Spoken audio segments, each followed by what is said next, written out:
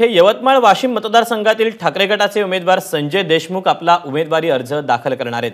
यवतमाळ वाशिममध्ये संजय देशमुख विजयी होतील असा विश्वास रोहित पवारांनी व्यक्त केला आहे। महाविकास आघाडीचे उमेदवार संजय देशमुख यांचा आज अर्ज दाखल करण्यात येत आहे आणि त्यासाठी राष्ट्रवादीचे युवा नेते रोहित पवार आपल्या इथे आलेले आहेत। तर आज संजय देशमुख यांचा उमेदवारी अर्ज दाखल करण्यात येत आहे, काय सांगा?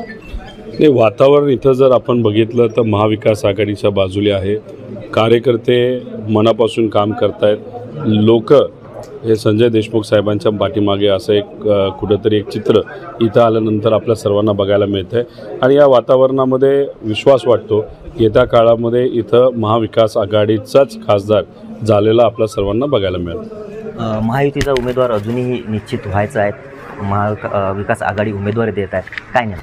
म्हणून हे सांगतो ना की संजय देशमुख साहेब जे महाविकास आघाडीचे उमेदवार आहेत तर त्यांचं वातावरण बघितल्यानंतर पुढून कुणी लढायचं आणि लढायचं का नाही असाही प्रश्न खूप मोठा महायुतीमध्ये निर्माण झालेला आपण सर्वजण बघू शकतो।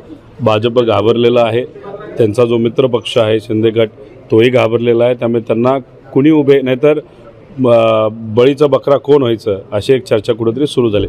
कोणालाच इच्छा नाही आहे महायुतीकडनं लढायला। आता जो कुठला उमेदवार उद्या परवा जाहीर होईल कदाचित त्याला इच्छाच नसेल खासदार बनायची तरीसुद्धा त्यांचं नाव हे पुढं आणलं जाईल। त्यामुळे लोकांनी तिथं निर्णय घ्यावा। इच्छा मनामध्ये ठेवून लोकांसाठी लढणारे संजय देशमुख यांच्या पाठीमागे उभं राहायचं का ज्यांची इच्छाच नाही खासदार व्हायचं त्यांच्या पाठीमागे उभं राहायचं। सामाजिक कार्यकर्ता अंजली दमानिया यांनी पुन्हा महाराष्ट्र सदनाच्या याच्यावरती पुनर्याचिका दाखल करण्यात आली छगन भुजबळ यांच्या विरोधात, काय सांगा?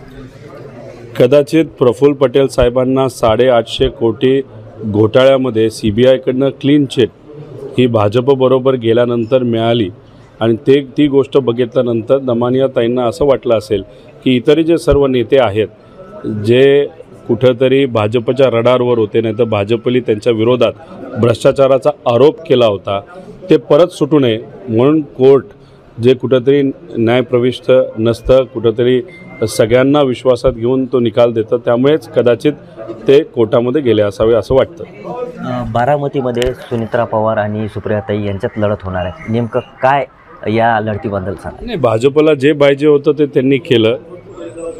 खांदा हा आपल्यातलाच एक व्यक्ती आता जो भाजपबरोबर गेलेला आहे पण बंदूक भाजपची आहे, गोळी भाजपची आहे, निशाणा पवार साहेबांवर आहे। त्यामुळे भाजपला काय करायचं होतं तर पवार साहेबांना अडचणीत आणण्याचं होतं पण ते विसरून गेले। नेते तुमच्याकडे आले असतील, पदाधिकारी ठराविक तुमच्याकडे आले असतील पण लोक आणि खास करून स्वाभिमानी लोक अजून पण पवार साहेबांबरोबर आणि त्यांच्या विचाराबरोबर आहेत। त्यामुळे तिथं भाजपला जे करायचं ते त्यांनी केलं। आता लोकशाहीच्या माध्यमातून सुप्रियाताईंना 3 लाख मताधिक्याने निवडून देतील असा विश्वास वाटतो। निश्चितच आपण जर पाहिलं तर मतदार हे पवार साहेबांच्या सोबत आहेत आणि आगामी लोकसभेमध्ये त्या निवडून देतील असा विश्वास त्यांनी व्यक्त केला आहे। निलेश फाळके, ABP माझा, यवतमाळ। ABP माझा, उघडा डोळे बघा नीट।